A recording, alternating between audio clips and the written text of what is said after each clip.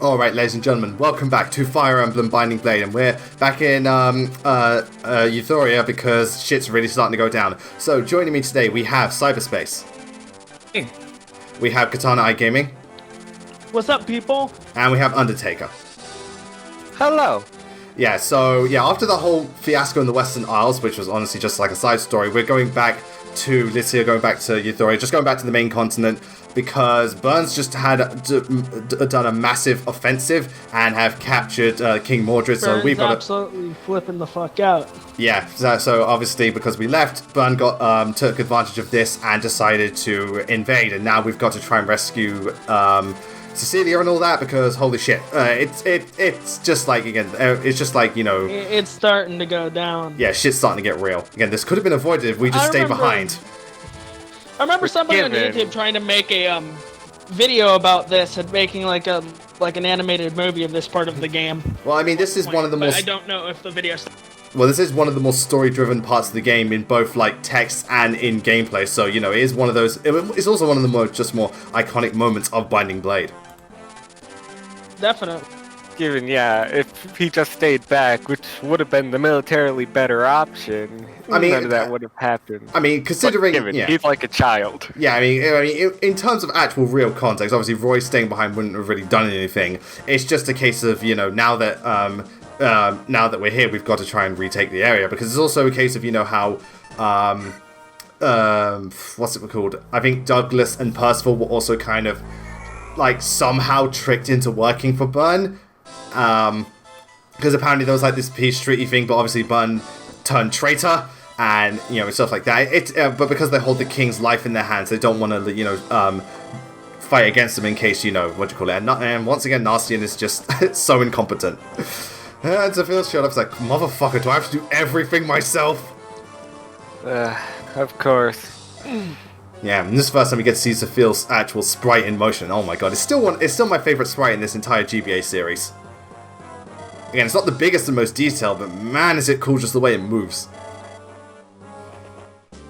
So yeah, the whole mission we have to do is we have to get to Cecilia and rescue her and take back the area. But once again, this part falls into the whole Fire Emblem trap oversight. If the main villain just stood still, they would have won. But no, they have to just, you know, leave, because apparently they have more important things to do when, you know, the main hero is right there and you could have killed him so easily. Big oof, as they say. Mm-hmm. Yeah, so... Yeah, I mean... Yeah, you were saying? What I'm thinking is, like... I'm just still thinking, like... Isn't he supposed to have some level of... some higher level of military intelligence? Yeah, I mean, it's more just to do with... It's more just to do with video game convenience, if anything. Yeah, that kind of convenience. Yeah. But it is one of the things, when you really break it down, it's like, you really should have just stayed behind, considering Roy was right there. Because again, Roy's the reason that Lycia's able to fight back, because he's the one who, you know, inspires the entire country to band together and all that jazz. So so the chapter's begun, and again, this is my favorite chapter in the game, just because I like the layout of the map. How you've got two pathways to go through. The enemy variety here is vast, and there are lots of enemies. The difficulty, I feel, is just right. It's one of the few chapters that actually gets ambush spawn done correctly. There's so much story stuff that goes on here, and it's really, really crucial, interesting stuff. You get Milady, who's like one of, if not the best units of the game. It's just an all-around fantastic package. Oh, and here we go. Here we go. For complete and utter overkill. Yeah, look at, he's got 71 HP this time, because remember, this is hard mode. Again, how Cecilia survives this, I have no fucking clue. I call it massive bullshit, because he criticaled. So, he just used the power of He-Man. Yeah, I have the power! Boom! Just knock his ass out. Zephiel's taken over the area, but then apparently he's got stuff to do, so he leaves later, and then Nastian's taken over, and then he's got stuff to do, and he leaves later. It's just like, does no one just stay, like, Burn has the worst attention span. Absolutely dreadful. So yeah, so when it comes to how the things split up, it's most of the enemies at first are just cav units, but obviously the bottom path has mages and archers to deal with as well, and you've got wyverns coming from the middle that can go in either direction. So kind of like when it comes to like what you to use. Well, just about any unit can do all right here, but obviously like again, people who can deal with cavs with either those cav killer weapons are good. A good axe unit, considering how many of them use lances and also the wyverns. Good bow unit can be useful. Good magic unit, just like a just good varied teamers. Just a good team of units that can deal with them. And also like another thing I love about this chapter is how different ways in which you can tackle it, because you can go again. What I like to do is I like to split the army up, but you can either go complete to the top path where you can go focus everyone at the bottom, and there's also villages to visit. There's an arena, there's shops, and you can even, if you really push hard, you can actually get Percival even earlier. Yeah, it's much better to go in both directions. Well, again, if you just go one or the other, you're just gonna get. If you don't do it fast enough, you just get trapped between both sides. I mean, again, hard most better. Yeah, I mean, and then if you do that, you could just slowly pin them into the castle. Yeah, I see what you mean. Divide and conquer, that type thing. But again, well, if you wanted to rush it, just go down the bottom route, because that way you don't have to fight Percival, because he might kick your ass, because again, his hard mode stats are ridiculous. But again, that's what I just like about this chapter, the fact you can go both ways. I mean, most people wait to chapter 15 to get Percival, because it's a lot easier and you don't have to rush, you can take your time. It's just one of those things that you can get him earlier if you want to. It's not imperative, but the option's there, and I like that. It has that freedom. Also gets hard mode bonuses on hard, but yes, I mean in chapter 15. Yeah, again, he gets hard mode bonuses there too. So yeah, and then... I don't think he gets them in this chapter, though. Oh, right. If that's the case, then wait till he actually gets them. I mean, again, I do... Again, when it comes to, like, stat distribution, or, like, what units do and don't get hard mode bonuses, it's iffy with Binding Blade, because, like, Ray gets none for some reason. Yeah, and you get to see that one bit of humanity with Zephiel. Like, at the end of the day, he is gone crazy and he is evil, but he does care about his sister enough. But it's a shame, especially when you play FE7, knowing that he was a really sweet young man, and then, well, now he's this. Yeah, thanks. His name is Desmond, I think? Yeah. Yeah. Well, I mean, that's what happens when your own father is an absolute, dickhead, and, like, every time you try and, win his affection, do the right thing, you just get, like, criticized, and even, like, he attempted murder against you. Again, that would put anyone in a foul mood.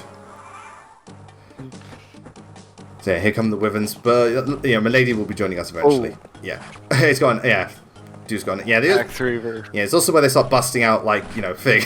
Fuck your Axe Reaver. Yeah, again, some of the units like the Paladin and stuff, they have some real nice weapons. Also, yeah, pay attention to the weapons in this map, because they like to use a lot of really, really fancy ones. Again, ow. So, fuck you. 20. Yeah. Wait, did that say 51 crits already? Well, non-killer crits. Basically, crits that isn't a killer weapon, or like a, like a Wu Dao or something like that. But, yeah, so again, like, pay attention to their weapons too, because again, I always like it when fighting games do that, where on the hard difficulties, they're not afraid to use the stronger weapons, because, again, the stats are one thing, but weapons do make a difference too, and stuff like that. Yeah, I mean, some of the games do it better than others. Yeah, that's one of the problems I had with FE7, where they actually were afraid. A lot of the units just use basic iron and steel weapons. It's like even Sacred Stone's normal mode had more better weapon distribution. But what was it? Where I remember it was Mang's, where he literally had to break the guy's weapons because he was basically immortal with it. Yeah, well, that's interesting. So yeah, again, she's one level away from capping her thing, and then she's going to promote, and that's going to be good. Yeah, again, there's a lot. Capping this early. Well, this was actually the same time she was it? No. She actually promoted later it was 4X where she promoted in my original playthrough. Speed seems kind of low. No, for a knight, her speed is absolutely fine. I think her speed is better than normal, actually. Remember, she is a knight. I remember Binding Blade growth rates are lower as a whole. Yeah. Fair enough. Yeah, because in this game, a lot of units some have speed, Fur's fast and Super Cinefast, but Wendy, I'm pretty sure her speed is fine. Even if it isn't, I know her strength is better than normals, and that's what really matters. Yeah. But then, yeah, now we get Milady's like, at the end of the day, she is loyal to Guinevere no matter what, and because of that, she's going to join Roy's side. And it's actually, someone did point out, which is funny, you never actually, despite being an enemy unit that's appeared in a few chapters, you never actually face Milady. You don't even have to go and recruit her. She naturally just comes to you, which is funny, because like, I would not want to face her, to be fair. I really wouldn't, because, you know, again, her hard mode stats, she has like the stats for pre-promote, but she's a base unit. It's ridiculous. Duh. Yeah. Probably because she gets 10 bonus levels. That probably explains it. Well, no, she's just much stronger. Like, again, I think her base strength is like 17 or something. Which, again, I mean, Zeiss's is higher, but again, Milady joins much earlier. It's just like, her overall stat distribution is just excellent. Like, my god, she really benefited from hard mode. She was great beforehand, but being on hard mode was just like, whew, I'd whistle, but I can't. Yeah, and then Gonzalez going again, and it's, oh wow, he actually has a hit rate that's over 70%. I'm legitimately impressed, because usually his hit rates are terrible. Again, 50 speed is well, it is a reliable weapon. It is an axe after all. Well, no, an iron axe, I should say. Well, that's actually the thing in Binding Blade. Axes are not reliable. Their hit rates are awful. I mean, like, the iron axe is more reliable than something like a silver steel axe. Well, steel, actually, I think iron and silver have very similar hit rates, but still, yeah, definitely, steel is unreliable without a doubt. Yeah, no, again, they've got killer weapons. You know, they are dangerous. You know, with the enemies, they are pretty dangerous here. So be aware. Also, I think there's an energy ring in there. I can't remember though. I think in that village is the body ring. Oh yeah, it could be a body ring, yeah. Yes, it is a body ring, yeah, so increased constitution. I can't remember who I give that to, but yeah. We've got take down that way. Sniper! Last time I played Binding Blade, I gave it to Ray because the extra con helps him wield Dark Tomes better. Yeah, Dark Tomes are very heavy. I mean, I usually give it to flying units so that they can easier transport people without being weighed down too much, but again, it varies, and again, yeah, because Sue's got A rank. It varies from game to game. Very much so. Oh, yeah, fucking bullshit. 84. Yeah, 84% are still missed somehow. But no, she got him with one attack, so you know at least there's that. Well, this ain't my luck, because for some reason, when I was playing Blazing Sword, when I was having I can't remember the axe unit's name. Well, there's many of them. Is it Dorcas? It wasn't Hector, and it was it was Dorcas. Yeah. It was like 3% chance to crit. It was like always these low numbers. Crit, 3 in a row. Triple. Speaking of critical, crit. Yeah. Speaking of critical. Yeah. Boom. No, but that moment was one of the greatest moments I've seen. Yeah. Like, how did I crit 3 times in a row? Yeah, look at that. Milady's base HP is 38. Like, that is a lot. So yeah, it's like, Zephiel's like, so Milady's turned traitor, she's going to join Roy, and I clearly, know she's missing. But I'm going to leave anyway, because fuck it. No, it's like, Narcian, what do you see from the enemies? Well, I can see, okay, they've brought Gonzalez, there's Milady, oh, Gwendolyn's here. And Zephiel's, oh, please, it's hard move. Gwendolyn, he looks from the office, oh shit, Gwendolyn is here, fuck this, I'm out. He just runs. It's like, if she's here on hard mode, she must be doing well. Oh no, I'm not going through this again. he ran away like a bitch. Nope. And then Narcian has the same mentality. Yeah. Oh man. I mean, I do appreciate them using the harder weapons in this mode, but again, I just really enjoyed this chapter. And again, I like the ambush. You will get ambush spawned twice in this map, if I remember. But again, what's good about this ambush spawn is the first one comes from the top left, but it's right at the back, so you should be like way further ahead. And at the same time, the second one is at the bottom right, and again, that comes much later, so you can easily work around them and stuff like that. So it's like, it's... Fuck! Oh, well. That heal. Yeah, but again, they can only heal so much. Like, when I saw that, bow looked like it was gonna... yeah, no, it did look... the damage it kills too, but, like, I wouldn't have risked it because I know my luck in those types of situations. Yeah, you would have got shot. And yet Sophia's here, and it's like, oh boy, yeah. She's gonna come into playing big time in the next chapter, but we'll get there when we get there. Eesh. We always gotta do that. Yeah, but what are you gonna do? Funny story about Sophia. Okay. On my first playthrough, I used her and she was actually pretty good. Oh, well, again. Not that she got... Well, again, people can make Sophia good. I mean, look at my first Let's Play. I didn't even want to make her good, but she turned out good. But continue. Basically, she got very speed and skill blessed, and well, Yeah, again, getting speed and skill blessed, that's very useful because she has poor hit rates and she has poor speed. So getting blessed in those stats is very, very, very, very, very useful. Yeah. Again. Also used Barth. Wait, what's this about Barth? Yes, I also used him too. He was average. I mean, well, Barth is very much, again, he's a knight built, like, he's a true knight through and through, where he's great at defense, he's great at strength, but he's shit at everything else. Well, on HP as well, but again, he's shit at everything else. He also has a very low res growth. I think it's like 2%. Yeah, again, well, in this game, lots of units have a low res growth, but Barth in particular, yeah, again, he can't take a magic hit for shit. Which is a shame, because bolting spam. Yeah. So yeah, now Narsion's fucking off. It's like, oh, it's like, oh god, Gwendolyn. It's like, you know, he's just looking at Gwendolyn. It's like, oh no, I don't want to deal with that. Fuck this, I'm gone too. Plus, again, we've got two bow units as well, and Milady, and like even Narsion knows I may be a Wyvernlord, but Milady would kick my ass. So yeah, and then we got it's funny how it's like there's you see the final boss of this chapter, the boss of chapter 16, and the boss of who should have been in chapter 12, but they substitute him for a monarchy. So yeah, it's interesting how like Byrne's thing works, but everyone just kind of like it scales up. Like you fight through the ranks. I think that is a cool attention to detail where you literally fight through the ranks of each one of them. Yeah, and there she goes.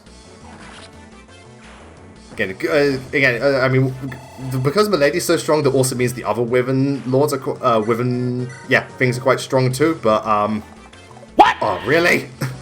Ah. Yeah.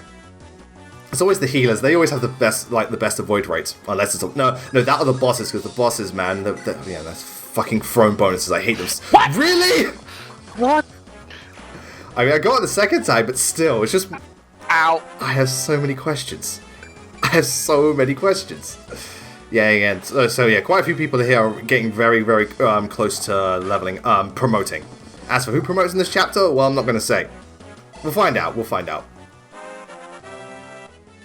But yeah, also, because also, so, ooh, that was nice. That's very nice. Ooh, cap speed. Yeah, that was a lot there. Also Saul promoted last time, so yeah, he can help us fight too, which is very useful because, again, like I said, a lot of units in this game don't have res, so a lot of magic users, even though they're not that potent, can rip through them just because they don't have many magical defense. Also really good against Manicheets. Yeah, again, the Monarchies don't have thing, and they don't have 1 to 2 range either, so that really, really helps. So yeah, look at that. Oh no, she's got, there you go, 16 strength, she had 12 speed, but again, those are still excellent stats for a pre-promote. Those are excellent stats even for one that isn't promoted, because they're basically pre-promoted stats. Again, that's like better than, that's like FE7 Marcus stats, kind of. And, we all know how good he is. Alright, ladies and gentlemen, we're going to break here for now, but when we come back, we're going to finish up the rest of this chapter. We are going to rescue Cecilia, and we're going to watch Wendy promote into a higher tier, and oh boy, Zephiel, you better start running, boy. Until then, thank you all very much for watching. I'll see you next time. Take care, and have a wonderful day.